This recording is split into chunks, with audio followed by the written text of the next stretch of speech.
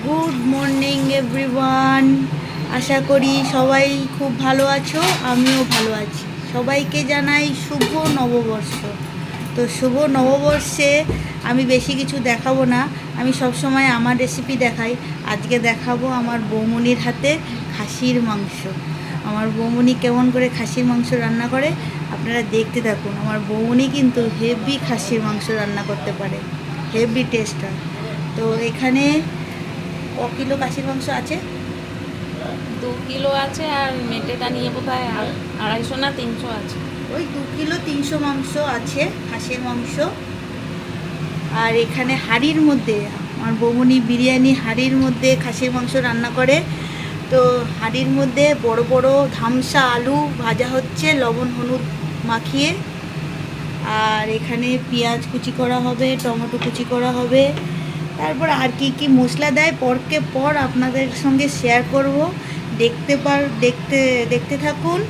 শুভ নববর্ষের স্পেশাল খাসির মাংস বৌমনির হাতে। বড় বড় ধামসা আলু সব লাল লাল করে ভাজা হয়ে গেছে। এবার একের পর এক আলু বাটির মধ্যে উঠে আসবে। সব আলু আমার বৌমনি তুলে নেবে। বড় বড় ধামসা আলু।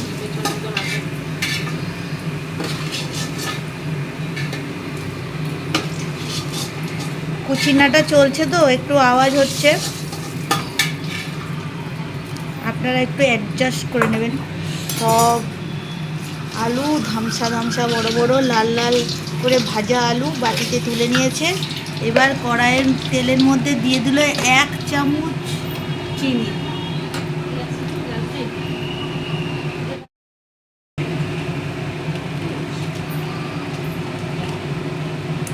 তারপর পড়ে যাচ্ছে গোটা গরম মশলা। গোটা গরম মশলার মধ্যে পড়ছে বড় দারচিনি টুকরো, লবঙ্গ আর গোটা কয়েক এলাচ। এলাচটা ফাটিয়ে ফাটিয়ে দিচ্ছি।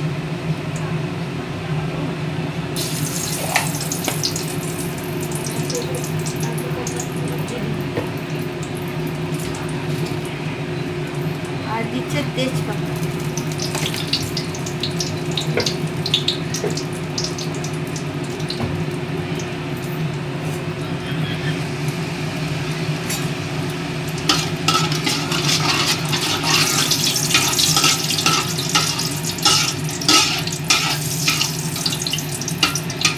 আমি আবার রিপিট করে দিচ্ছি কি কি তেলের মধ্যে দিল।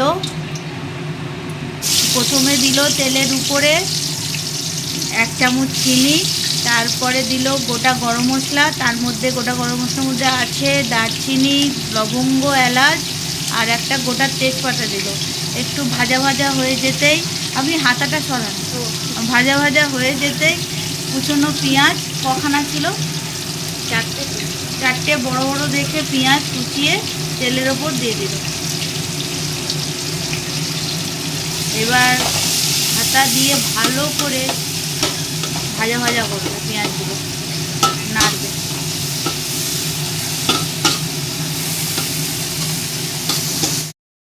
তারপরে পড়ে গেল একটু ভাজা ভাজা পেঁয়াজটা হয়ে যাওয়ার পর পড়ে গেল টমেটো কুচি। টমেটো কুচি কটা দিলে? একটাই দিয়েছে। এখন হাঁড়ির মধ্যে পড়ে যাচ্ছে পেঁয়াজের উপরে টমেটোর উপরে মশলার পেস্ট। কী কী মশলা আছে? আদা রসুন বাটা, আর কিছু নেই এর মধ্যে। আদা রসুন বাটা পড়ে গেল। আদা রসুন বাটা দিয়ে ভালো করে নেড়ে চেড়ে দিচ্ছে।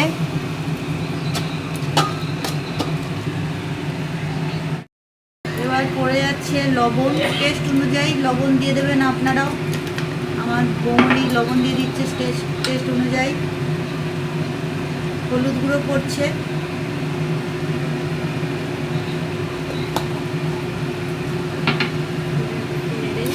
এবার ভালো করে নেড়ে দিচ্ছে আবার।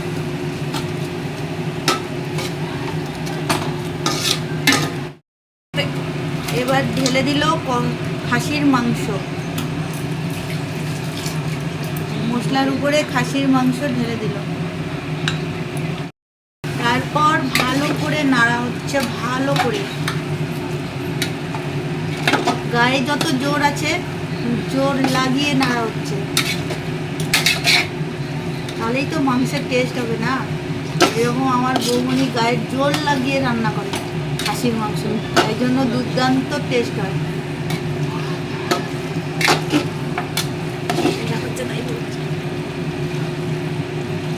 এরকম আপনারা জোর লাগিয়ে রান্না করবেন, গায়ে যত জোর আছে খাসির মাংসের উপর ঢেলে দেবেন।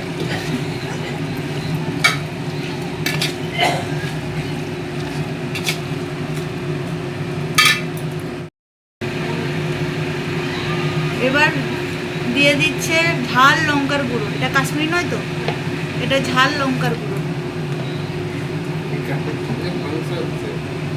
গায়ের জোরে আবার ঝাল লঙ্কার গুঁড়ো দিয়ে ভালো করে নেড়ে নিচ্ছে। আশেপাশে অনেক কথা শুনতে পাবেন, ওগুলো ইগনোর করবেন।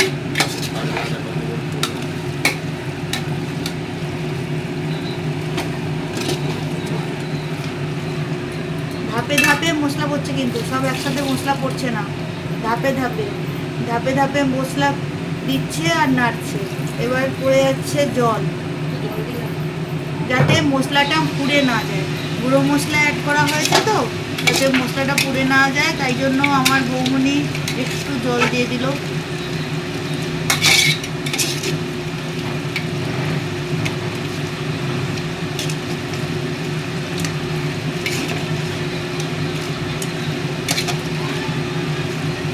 পয়লা বৈশাখের উপলক্ষে মাংস রান্না হচ্ছে, আবার খাসির মাংস, এতে একটু গায়ের জোর না লাগালে হয়?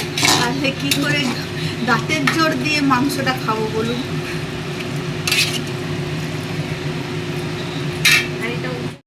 এবার পড়ে যাচ্ছে টক দই।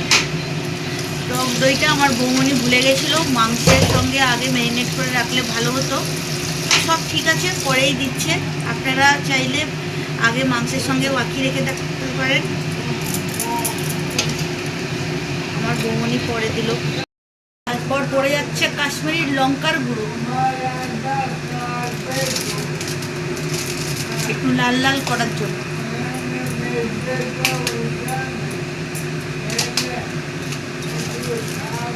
তারপর পড়ে যাচ্ছে গরম মশলা গুঁড়ো। না মটন নিয়েছি, কি বলে মিট মশলা। ও সরি, এটা গরম মশলা গুঁড়ো নয় কিন্তু, এটা মিট মশলা। গরম মশলা আমি দেবো না। ও গরম মশলা দেবে না, এটা মিট মশলার গুঁড়ো।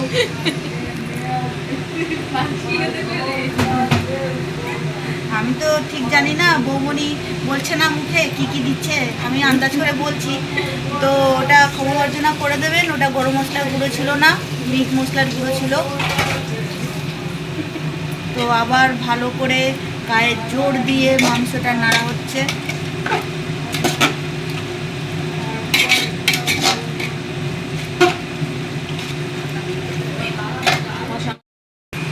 আবার একটু জল দিয়ে দিচ্ছে।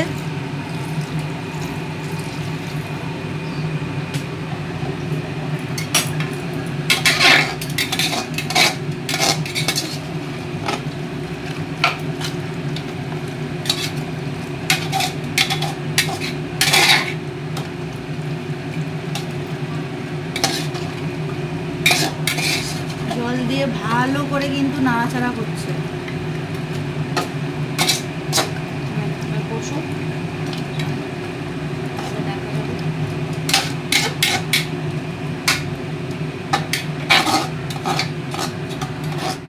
ও দেখুন ঢাকা দিয়ে দিয়েছে, এবার ঢাকা দিয়ে মাংসটা কষানো হবে। অনেকক্ষণ সময় লাগবে, তাও কষাতে কতক্ষণ সময় লাগে বৌমনি? ও বলতে পারছে না টাইমটা, খাসির মাংস টাইম লাগে আন্দাজ অনুযায়ী। তো কষানো হোক, কষানো হলে আবার আপনাদের কাছে ফিরে আসছি। দেখুন কষানো হয়ে এসছে, কতটা জল বেরিয়েছে দেখুন।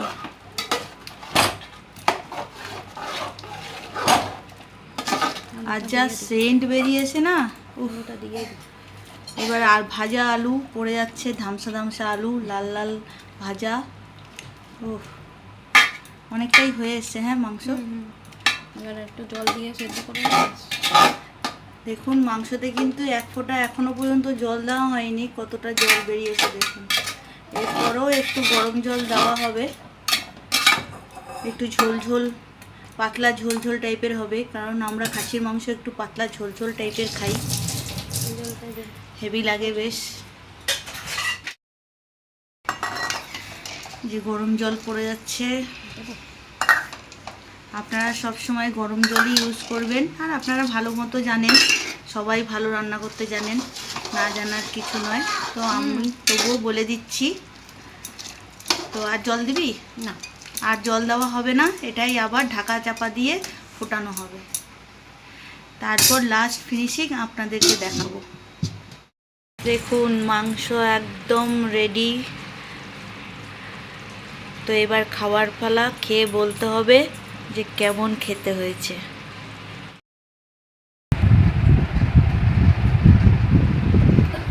তো পয়লা বৈশাখে নতুন নাইটি তো পরে ফেলেছি। তো আমাকে আজকে খেতে দিয়েছে বরবটি আলু ভাজা, ভাত আর খাসির মাংস, যেটা আপনাদের রেসিপি দেখিয়েছি। তো একটু খাসির মাংস খেয়ে দেখি কেমন হয়েছে, টেস্ট ভালোই হয়, তবু আপনাদেরকে খেয়ে জানাচ্ছি।